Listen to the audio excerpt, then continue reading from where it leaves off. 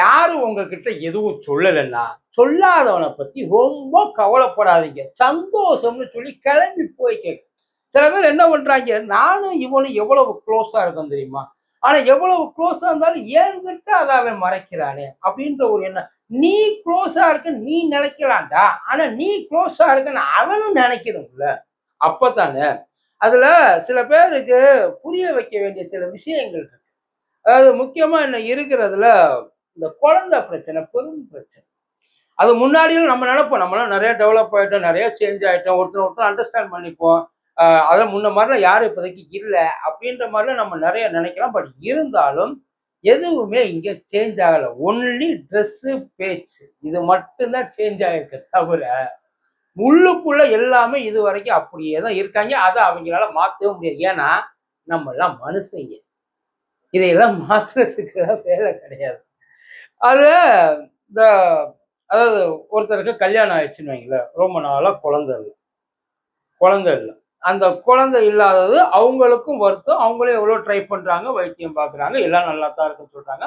But இருந்தாலும் இனிமே ஆண்டவன் கிருபை அப்படின்ட்டு போயிடுறாங்க கடைசியில.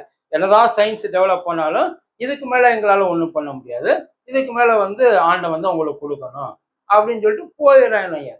ஆனா சுத்தி இருக்கிறவங்க எல்லாம் சில பேர் அவங்க மேல உண்மையிலே வருத்தப்படுவாங்க, சில பேர் அவங்கள கொஞ்சம் விலகியே நிற்பாங்க. இது நாளாக முன்னால என்ன ஆகுன்னா, இந்த நல்ல ஃபங்க்ஷன்ல எல்லாம் கலந்துக்க முடியாம போயிடும், முன்னாடி நிக்க முடியாம போயிடும். ஆனா அதுக்கப்புறம் கொஞ்சம் கொஞ்சமா சேஞ்ச் ஆயிட்டு வருது அப்படின்னு சொல்லி இது வரைக்கும் நானும் நம்பினேன். ஆனா இப்ப ரீசெண்டா சில விஷயங்கள் என்ன பண்ண, ரொம்ப ரொம்ப ரொம்ப ஏதாச்சும் ஒண்ணு இல்ல, இதுல குழம்புல உப்பு அதிகமா போயிடுச்சுன்னா உடனே போன் போட்டு சொல்லுவாங்க, இந்த மாதிரி குழம்புல உப்பு அதிகமா போயிடுச்சு, என்ன பண்றதுன்னு தெரியல. செருப்பு பிஞ்சிருச்சு நடக்கிற இல்ல. இன்னைக்கு வண்டியில டயர்ல காத்தே இல்லப்பா, நான் போய் காத்து அடிச்சுட்டு வந்தேன், எவ்வளவு கஷ்டமா தெரியுமா. இப்படியெல்லாம் நம்மள குப்பை தொட்டி ஆட்டம் இருக்கிற எல்லாத்தையும் அவங்கள்ட்ட உள்ளதை அப்படியே யார்ட்டையா கொட்டணும் அப்படின்றதுனால கொட்டிக்கிட்டே இருந்தாங்க. ஆனா ஒரு மிகப்பெரிய விஷயம் ஆக்சுவலி, குழந்தை இல்லாதவங்களுக்கு குழந்தை இருக்கிறதோட அருமை தெரியும். அவங்க நினைக்கிறாங்க, எதுகிட்ட சொன்னா ஏதாவது ஆயிடுமோ, இவள்கிட்ட சொன்னா. எவ்வளவு சீப்பான புத்தி இல்ல. அதெல்லாம் தங்கமா வைரமா மறைச்சு குழி தோண்டி உள்ளுக்குள்ள போச்சு, என்னைக்கா இருந்தாலும் 10 மாசத்துல வெளியில விழுந்துரும்ல. சந்தோஷம் தானே படுவாங்க. பரவாயில்ல, நமக்கு கிடைக்காது இன்னொருத்தர் கிடைக்குது அப்படின்னா மற்ற விஷயங்கள்ல இந்த சந்தோஷம் வராது. இந்த பணம் காசு இதெல்லாம் சந்தோஷம் வராது. சரி நமக்கு கிடைக்காம போச்சு, ஒருத்தர் லாட்டரி சீட்டு விழுந்துருச்சுன்னா அப்பாடா அவனுக்காவது விழுந்துச்சேன்னு நம்ம சந்தோஷப்பட மாட்டோம், நமக்கு விழுல இருந்தா. ஆனா அது வேற இது வேற, உணர்வு பூர்வமான விஷயங்கள். ஏன் அதை எவ்வளவு தூரம் மறைக்கிறாங்க. இப்படிலாம் இருந்தவங்க கடைசியில ஒரு வார்த்தை கூட சொல்லலப்பா. நல்லா தெரிஞ்சுக்கங்க, இந்த ஒரு விஷயத்துல மட்டும் இல்லாதவனுக்கு தான் அக்கறை ரொம்ப ஜாஸ்தி. அவன் தான் விழுந்து உண்மையில மனசார சந்தோஷப்படுவான். இருக்கிறவன் அவ்வளவு தூரம் சந்தோஷப்பட மாட்டான். பட் இருந்தாலும் இதெல்லாம் அவங்களுக்கு புரியாது.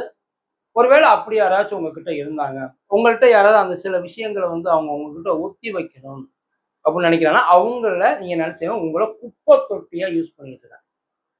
நீங்க தான் அவனை தங்கத்தட்டுல வச்சு தாங்கிட்டு இருக்கீங்க. பட் அவனுக்கு நீங்க குப்பை தொட்டி தான். புரியுதா? ஆனா உங்களையும் தங்க தொட்டியா நினைக்கிறவன் சில பேர் இருப்பான்.